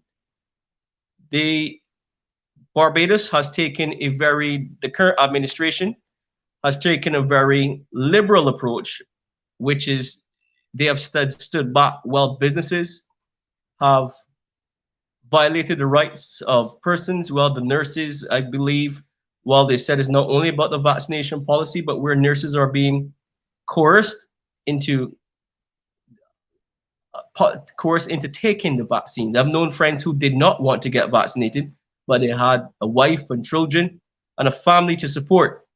So they went ahead and they took the vaccine and the booster. But they personally said, I didn't want to take this. They said they really had doubts about it, about the necessity of it. But they did it because they were coerced. And the government has stood by and has taken, as I said, it's taken a very far left or far wing approach towards the vaccine policy. And that is, they've tried to mask the mandates, the passporting system by renaming it a safe zone. But however you butter it up, it's the same thing. You're trying to put a passport system into Barbados. And I believe we'll see in the coming elections, depending on how the electorate vote, because this will be a test in here. We'll see how we'll see how they vote, and it seems that the BLP, the DLP, are quite clear that they will stay back and let businesses implement basically a safe zone vaccination system. They will not intervene. For me, I believe in what I call the Texas model. I believe there should be a fine. It should be codified in law that there should be a fine for any business which would seek to discriminate against an employee based upon their private medical information. Their vaccination status should be a private issue, because that is the law of Barbados. That's the law of the land. And unless that law is changed, then there should be no discrimination against any employee. You should not have to provide that information. But Right. we've seen where the current administration has been, and the opposition also. I am not clear. I've heard one candidate for the city of Bridgetown who is running against me said that the party is the party of the party against vaccination, against vaccines. No, I am not against vaccines.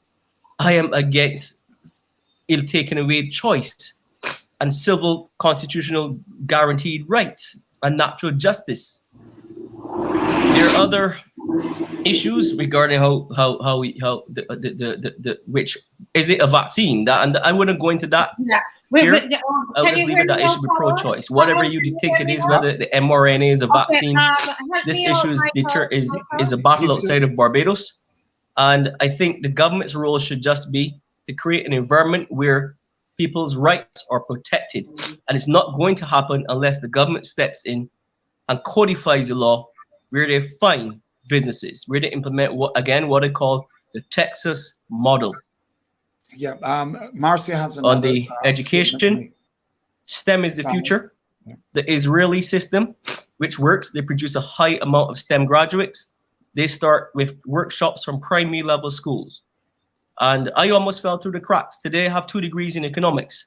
I have a postgraduate in a specialized area, but because of a glitch up, I did my teacher put me in basic maths. I went into St. Michael's School, basically a maths prodigy. I had 90-something% in maths. I didn't even pass it. I passed for Common Mere, but I went to St. Michael's, and I didn't fail the maths, but the teacher, I was talking to a friend, he split the class in 2 to basic maths and general maths. I did basic maths, I did advanced maths lessons, because I was fortunate enough that I could pay for it, and I passed maths, and I went on to do economics. And I saw him many years later, and I said, "Do you remember you put me in basic maths?" But I said, I have 2 degrees in economics now, but the school system is a beast, because I wanted to become a software programmer, and that is where the future, not just in software programming, but in STEM. But what we have is a situation where 70% of the graduates of UE are coming out in non-STEM area. Non-STEM areas. This is not a knock if you've done sociology and history and psychology, but no developing country, no third world or developing country, no Caribbean economy can become a developed economy, a developed society with 70% non-STEM. The University of the West Indies and the Ministry of Education and all the secondaries, the pre-secondary schools and the home schools need to work from young to incubate and set a quota system where it is phased within the next 10 years that the Barbados can achieve a 70% STEM graduate at the university level. And for those who are not at university, the trade schools, that's the Solutions Barbados outlined a program where they want every secondary school graduate to graduate with a secondary education. And I will actually mention it here. It says that all students should leave with at least one marketable skill that they can use to generate income. Therefore, the school curriculum will be revised so that the easier to learn practical aspects of subjects are taught. during the first 3 years. That is conversational language and applied science, followed by CXC preparations. And with that, we believe the next step would be to decide if you're going into a trade or you're going into academia. Fallon, can you hear me now? You can hear me? Fallon, can you hear me? I'm running for someone asked the question. I'm running for the which city of constituency Bridgetown, the is same Fallon running in? constituency that I ran in. And the reason that I have a passion for the city is that I want to see the city urban regenerated. Entered the city doing, I was NGO work, that is nonprofit based community work, and then I entered in the political arena. One of the things I outlined was City Vision 2030. I'm going to pause a minute because I'm having some technical problems. Yeah. Marcy, I wanted to know if you can hear. Can you hear me? Can you hear me, Michael? Yeah, I can hear you. I think Fallon couldn't hear you at all. Can you hear Marcy now, Fallon? Hello, hi, Fallon. Fallon, can you hear Marcia? Just wave your hand if you can hear. Can't hear. Can't hear. No, Let me he just can't find hear. out. Looks like his Fallon, can you hear Marcia? Can you hear me? That's a strange thing.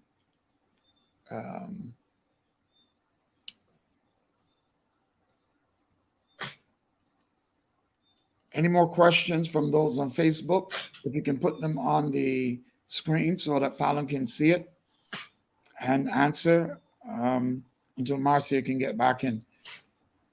She is being locked out.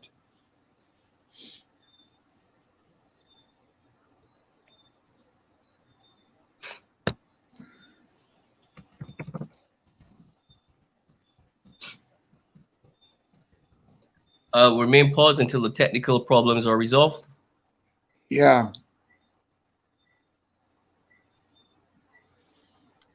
Excuse me.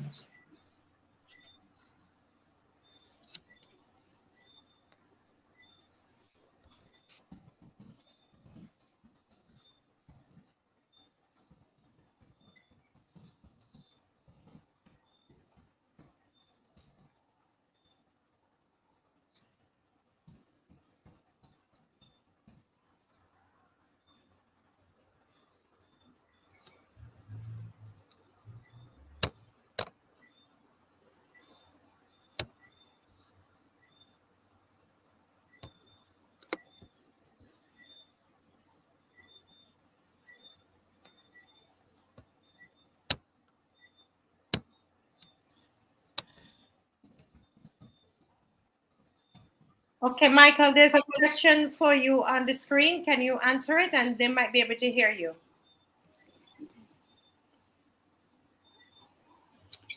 Oh, I have been up into the constituency with some people. Actually, I was up there yesterday, and the word within the area of the Collins and the Risk in Boscobel is to just go for it. People are not happy with what have happened. I believe the older folk, they are complaining that because I'm not around to help them lift the water home from the water cans. It's sad from what I'm hearing. I haven't gotten out to the major places yet. We're going to start on Monday, and by Tuesday we should be full force going. At least we know we're going to be pushing for 7 days up to the day prior to voting. But so far, that is what I've been hearing. I'm getting a lot of emails. I'm getting a lot of people coming through on the WhatsApp, on the Proton, basically speaking their minds about what they plan to do. I'm actually getting people on the street. I was in Warrens the other day, and one lady just walked up to me and said, "Hey, we're going to vote you guys in here." We don't want none of the other two. So it's sad that young people are not pleased. It's worse that the old folk are not pleased, and the children are in there as well, because they're the ones that's hurting the most. And they are the ones that's going to hurt the most if things fail. Parents are not working. If there's not enough food coming in, if there's not water, and water is the key to life. I mean, if you want to talk about keys to life, it isn't food; it's really water first. And if that is not there, then what else is? You know, a lot of people are not at home because they're out pounding the pavement trying to get whatever they can get, and then by the time they get home, they can't get a shower. The children are outside, just playing outside. So the youngsters that I've seen yesterday, they say they're miss schooling, they're missing school, they're missing their friends, which is a normal thing. We know that within this talk of pandemic, children by being together, they're able to fight off certain diseases because the immune system of the body goes to work, and that is not going to work because people are separated. Um, and as I said, the children are that's where my heart is going out. They're the ones that's crying out, the youngsters.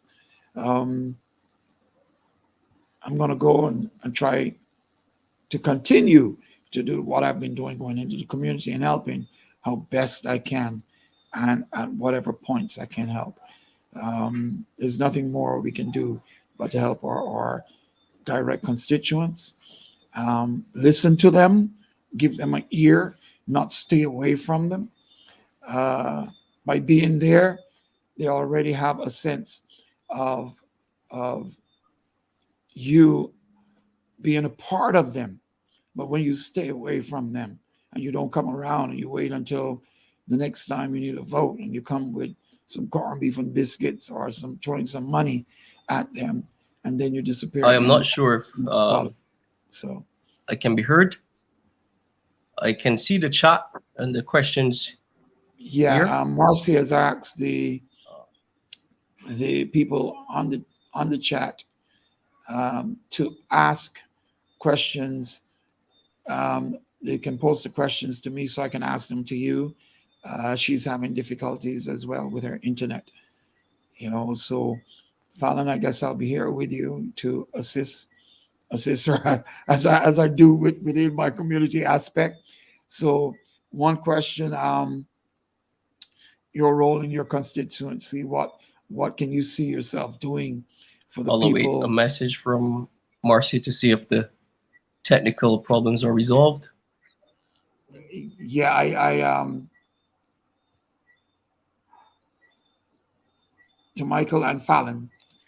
What are your feelings about not having a new constitution under this new republic? Fallon? I I see there's a question from Wayne Hoyt regarding what are my feelings about not having a new constitution under the new republic. There is no referendum. If given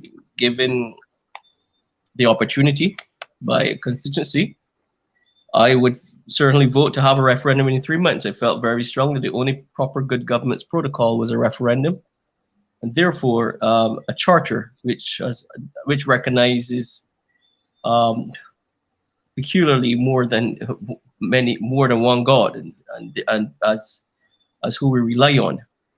I think that that charter needs to be scrapped because a charter doesn't guarantee the same rights as a constitution. It's a much weaker document, and I'm not even sure who that charter was really prepared by.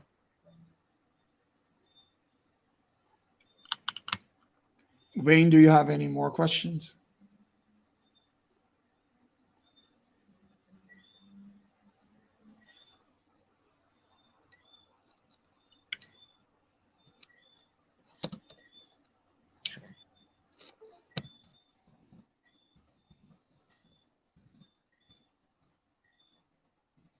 And Marcy is Hello, can back. you still hear me? Can you hear me now? Still can't hear me. I can still hear you. You can still hear me. So, Michael, what I'm going to ask you to do is to continue to talk with Fallon and just close off the show for us because I can't. Nobody's hearing me. Fallon, can you hear me? Fallon, can you hear me? I think he's not hearing me either. Right. There's something that is okay, and I'm not being heard by the audience. Are you hearing me? Anybody's hearing me? I can hear you. Yes, I Steve can hear Moore, you. are you hearing me? Michael, I Michelle, can hear you. I Zeta? can hear you, but I don't know if you're hearing me. I'm hearing you. I'm hearing you, but I Right. don't know if the audience. Okay, so they can hear me. So Fallon is who we can't hear. No, Who can't hear us. Fallon can see what is there, and he has answered to the questions. The problem is the interaction between you and Fallon seemed to be cut off somewhere. Okay, so Fallon, if you can hear, Fallon can hear. Fallon, we're gonna ask you to leave and come back. Try and go and come back. Okay, so they're hearing everybody except Fallon. Okay. They can hear me. They're saying yes, they can hear me. Well, guess what, guys? It's gonna be very difficult to resolve this, but we're gonna be back on tomorrow. Somebody else is saying Michael Cheeseman is saying I can hear all three of you. The point is here, guys, that we're going to be on tomorrow. We're going to be on every evening at 7 o'clock, right? We're gonna be on at 7 o'clock every evening, and with different candidates from the third party and the different third parties. So get ready and get ready with your questions. Get ready to open your minds.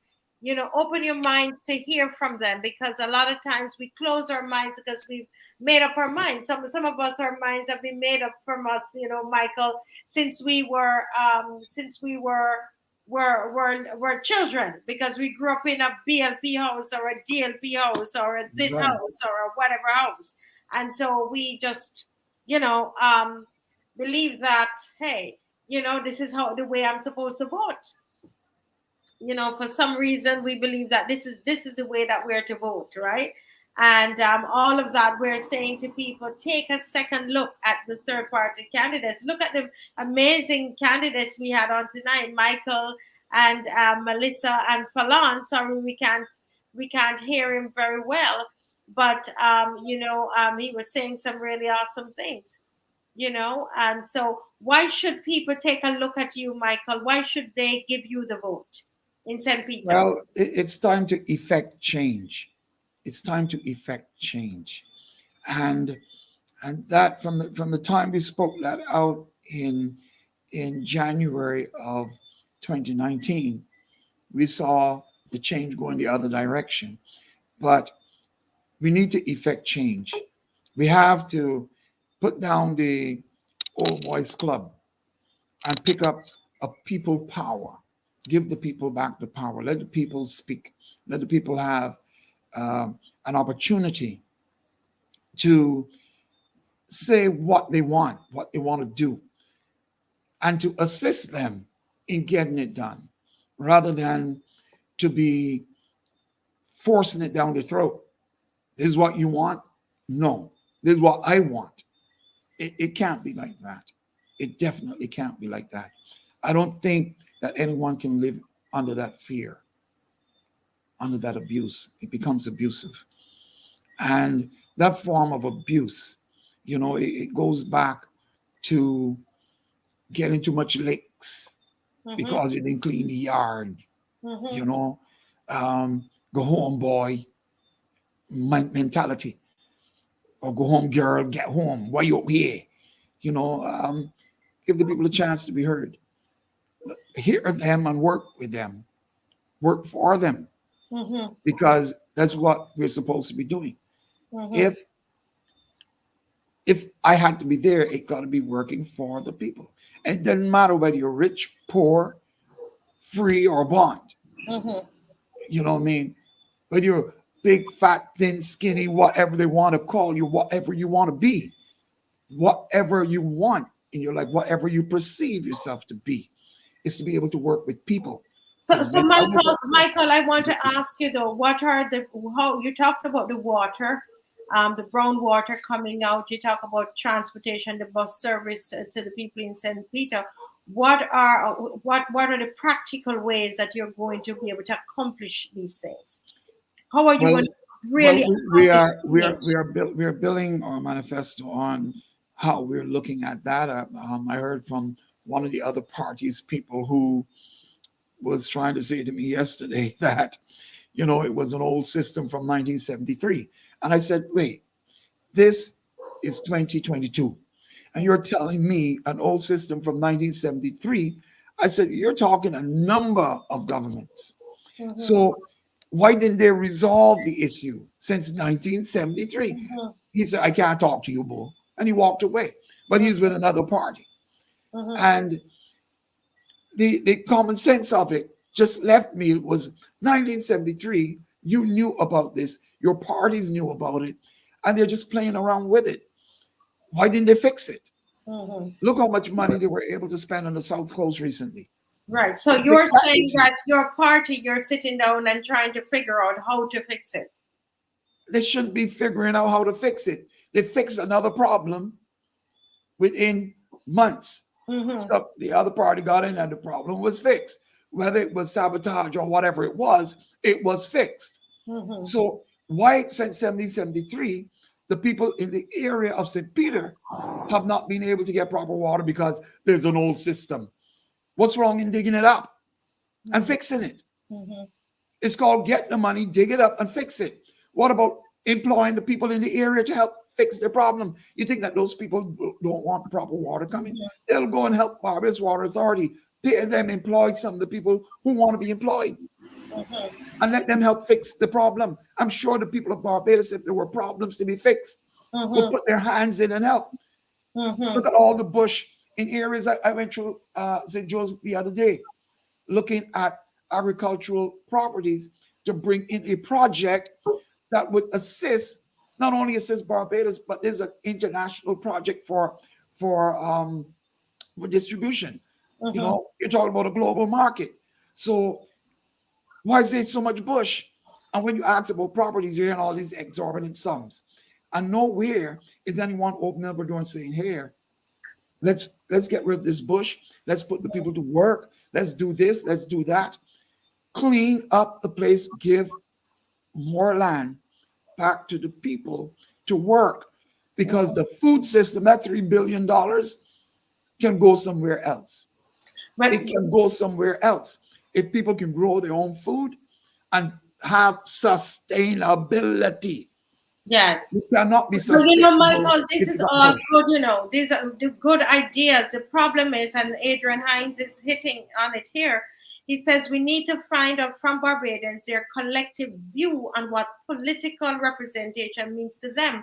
Because I mean, looking at you, the people in the third party, and nobody's screaming at each other. You are just we talking like regular people, and you have such brilliant ideas and plans of how you're going to how you're going to implement your ideas, but people are not looking at you guys because I don't know if do they understand what or what is their view of what political representation means to them. Do you think that Uh, that uh, is an issue?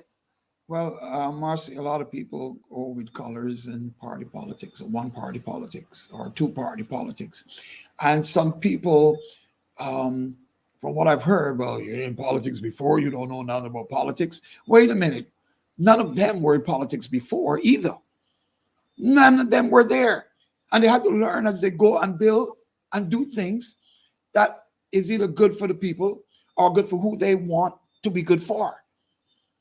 In the end, some people do get a little bit, but they don't get enough, while others get a whole lot and run away with what we call the prize. But what about if we can say to the people now, you who have the prize, you've had a lot. Now it's time to share. So when I first heard of a global reset, the global reset was going from here to here. All of a sudden, the global reset is something different. It's different. It's going only to the top, right? It's going to the top. It's going to the top. It's not going or trickling down to the bottom, right? I hear people talking about cryptocurrency. The people on the bottom can hardly eat. They can hardly pay the water bill because they got to pay for sewage that they don't have. You can give me a bin, but what about the sewage that is on my water bill? I got wells dig. My water going into wells. All of my crap is going into the well that I dig, but I'm paying for something else that someone else have against the people, because all that it is, someone is paying, and the majority of the, not even the majority, all the people that are paying water bills today are paying a sewage tax. You're paying for the well you got. White is saying that the sewage tax has been used to buy water tanks, right? A water tank, no, listen to me. This will get me mad and vexed, because I just bought a water tank for a farm. Them water tanks ain't worth what the sewage tax is worth on the water bill by the end of the first year. By the end of the first year, do your math. You are paying for a water tank. If it is for the first year, let's give the first year the opportunity, right? So the water tank that is sitting there, one person can pay for that, but all the community is paying for it. So you're paying for the water to come by the truck, to go into a tank, which you got to go out and get to flush your toilet, to wash your wares, to bathe yourself, and to wash your clothes. And then you got to pay the water bill that is coming in, and there's no water coming into your house. That's the biggest ripoff that I've ever seen. And the biggest thing that look, Father, help us, because we need to correct. Sir Errol Walton Barrow said it, that there can come a time that a righteous government got to stand up. And if a righteous government don't stand up, we're all gone. He said that, right? I'm sure other people are saying it today. There's a problem, and the people got to fix it. This is not about laughing and jumping up and partying. This is not a party. People are dying. People are hungry. People are at a loss for a lot of things. People are losing their homes and their cars. Some people don't know what next to happen. They're going to work, getting paid, and everything is going out. Nothing is coming in. So you're going into cryptocurrency. You're going into AI without what? A stick in the arm to bring you into AI. That's it. That's the mindset.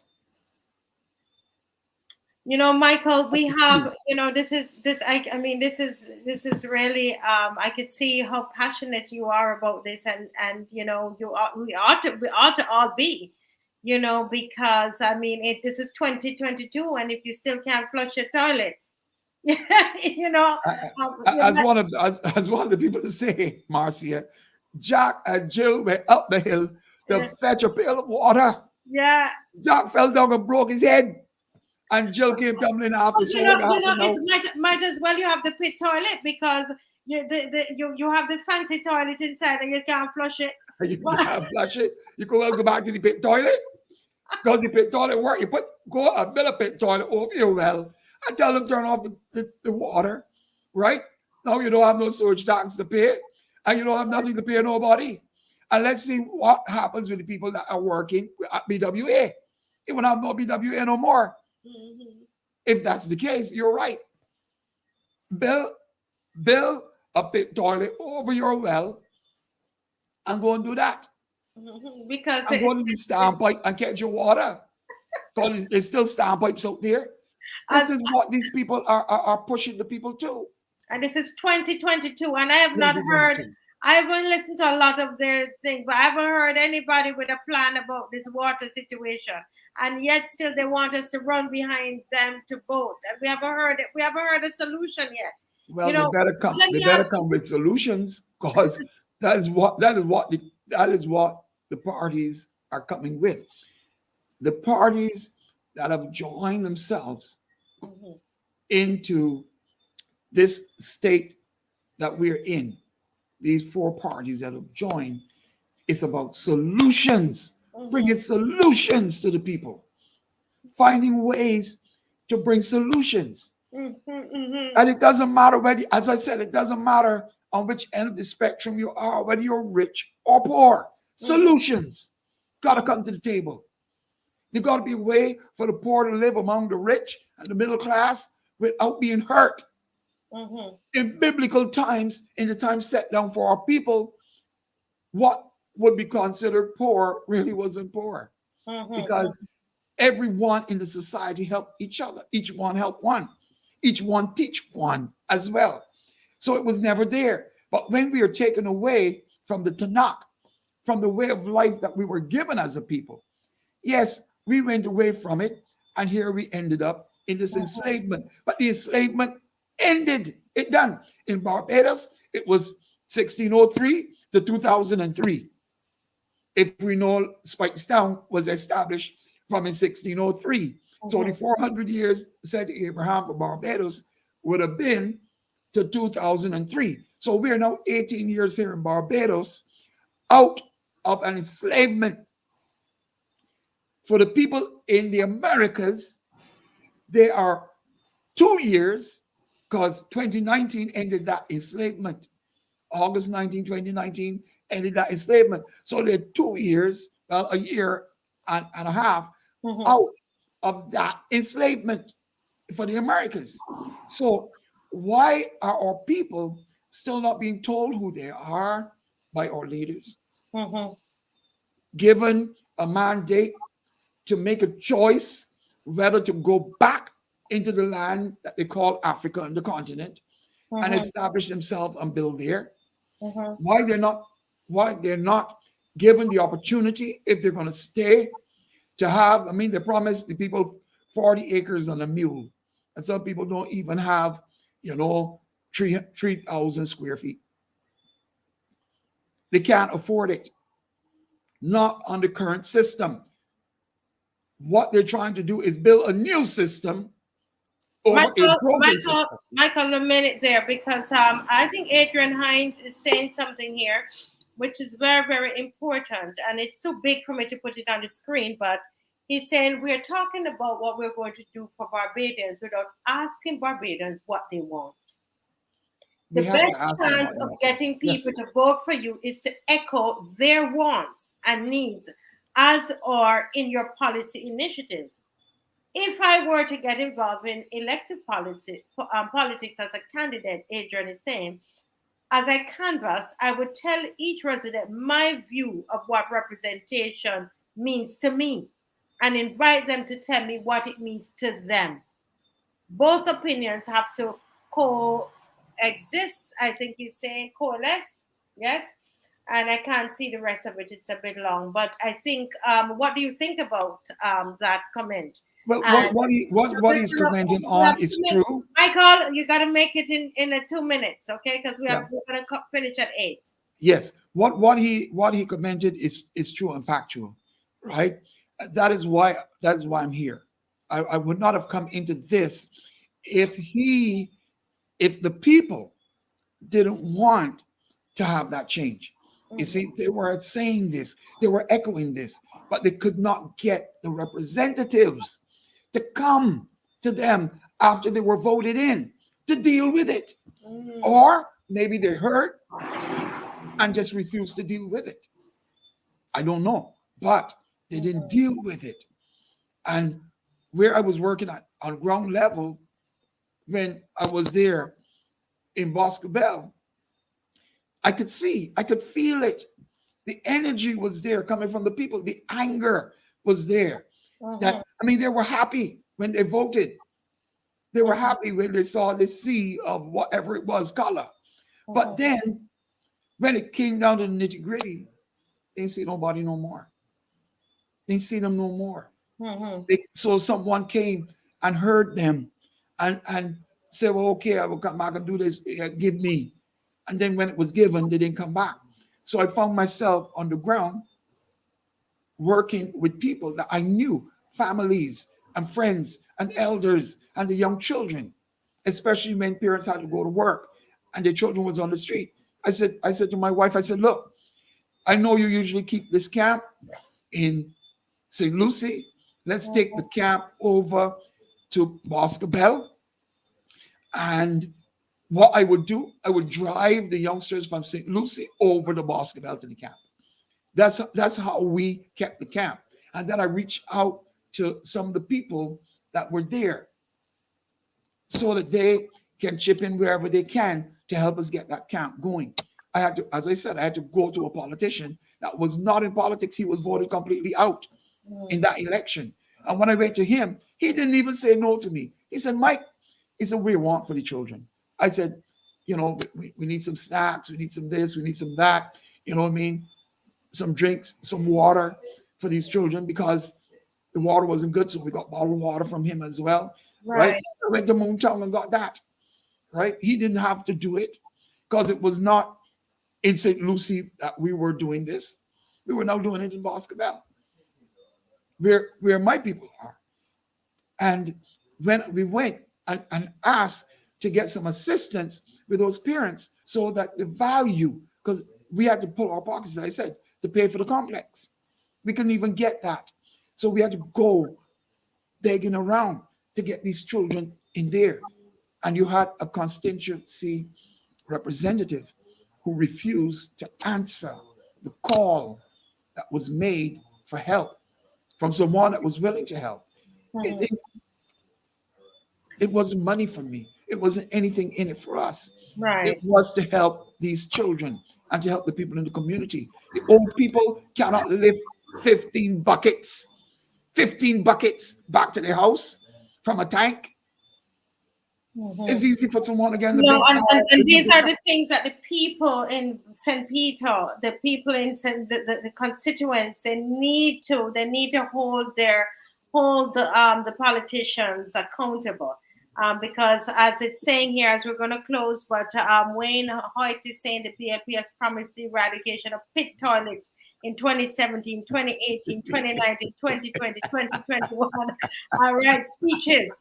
And he says you could Google it and you will see the news stories. Today, this don't seem to be a work in progress as they're not bragging about it. In fact, they're talking about the park that they have in town and making everything pretty, as you heard. Look, the bill. Listen. The park in town is good for tourism. It's good for the gift to the people with the Wi-Fi. For me, the Wi-Fi in there under the metal with pod sitting on top of the Republic Bank building is not a safe place because when I was in Canada, I was told that 3G was definitely bad for you. And if we are at 5G or 7G now, you know, that close proximity is going to lick a lot of people up and make them very sick. Hence why I said nothing earlier about question one. But what we're dealing with. But Michael, we wouldn't even start that. But what we're going to do, we will have arrange again another time. But you could be here with Philip and Mr. Springer, and so we'll have the both of you on, and so that you can give us some more information, because I want to know the next time you come on, what are you going to start with first? What's the first thing that you would tackle? So that's your question for the next time, and I believe it's going to be on Tuesday, right? If all goes well. All right, Michael, but thank you for coming on and staying so long. Because see, we couldn't even have Fallon. And thank you. Brilliant ideas, and for the freshness, and just so your passion and the drive and the purity of your heart. I want to thank you so much, and I wish you all the very, very, very best. And to those who have been watching, I say, you know what? Give these guys a second look. look at what they're presenting. Don't assume, and don't vote because you know what, this is what my family did all these years. But really look and read what they're saying and ask them the questions, and give them a second look. Okay. Thank you so much again, Michael. God Thank bless you, you. Marcia, for having me. Thank you. Thank you so much. And to our viewers, those of you who stayed with to the end, we had a little technical issue, but you know what? You're the diehards and you know exactly what it is that I'm trying to do. And I think that, with that understanding, you stayed to the very end. Tomorrow, it's going to be APP. Candidates that are going to come on, and there's a presentation of candidates tomorrow. Please let people know, that others know that we're going to be on, and let everybody come on and watch APP tomorrow, and let's have a discussion afterwards about what it is that they're saying. Okay, I say so. Thank you so much for joining, Michelle, Steve Moore. Please share this live. Angela Gibbs, share the live for them, please. This is about them. Pammy Paris, everybody, Mr. Hoyt, and Mr. Hoyt, thank you for coming. You always have some great questions. Adrian Hines, Michelle Rose, Tracy Thompson. I'm hoping to call everybody. Michael Cheeseman, Pammy Paris. Yes, and everybody, Jerome Brathwaite, Wayne Hoyt, I said that already. Wayne, great, Steve Moore, everybody, thank you all so much for being on tonight, and I see you tomorrow evening at 7 p.m. Okay, God bless you. Bye bye.